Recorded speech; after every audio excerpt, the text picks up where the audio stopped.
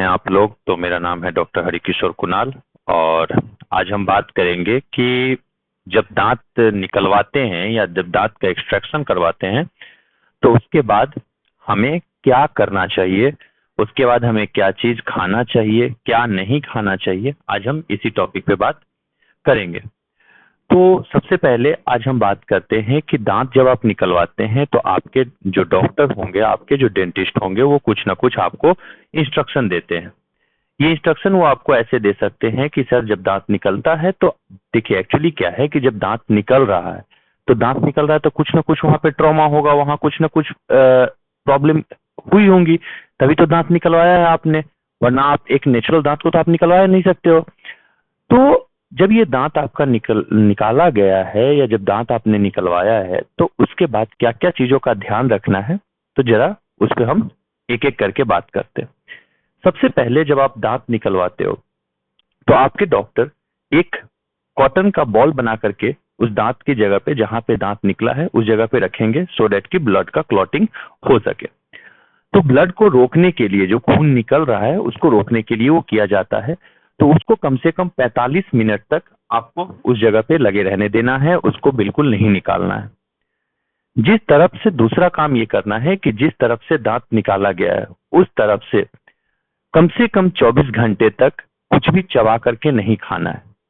ठीक।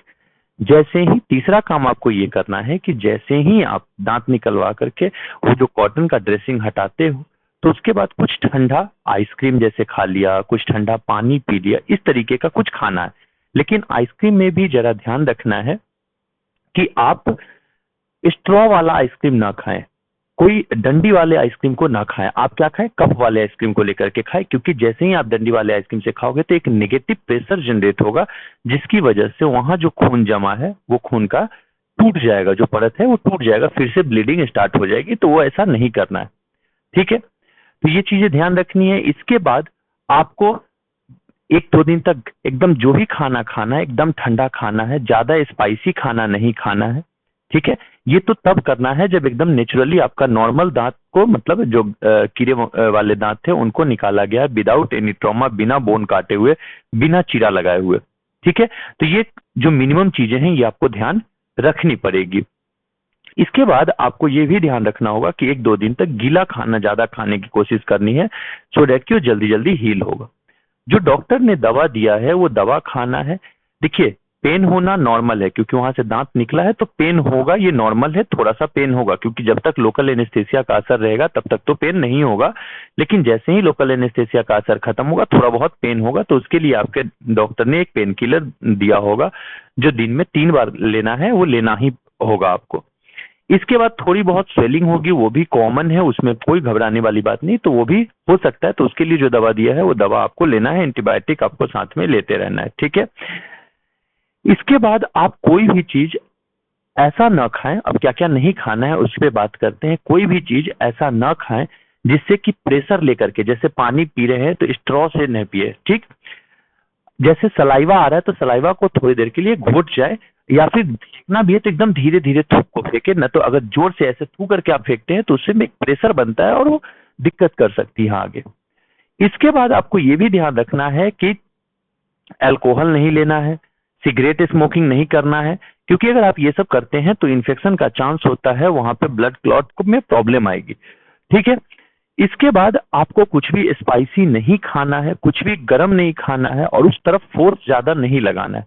इन चीजों का अगर आप ध्यान रखते हैं तो आप जो अपने दांत निकलवाए हैं उसमें बहुत जल्दी ही आपकी हीलिंग हो जाएगी और बहुत जल्दी आपको प्रॉब्लम से राहत मिल जाएगी। लेकिन अगर आप इनमें से कोई भी चीज पे थोड़ा सा नेग्लेक्ट करते हैं, अगर आप ध्यान नहीं रखते हैं, तो हो सकता है कि वहां ड्राई सॉकेट फॉर्मेशन हो जाए और आपको बहुत तीव्र तरीके का पेन हो।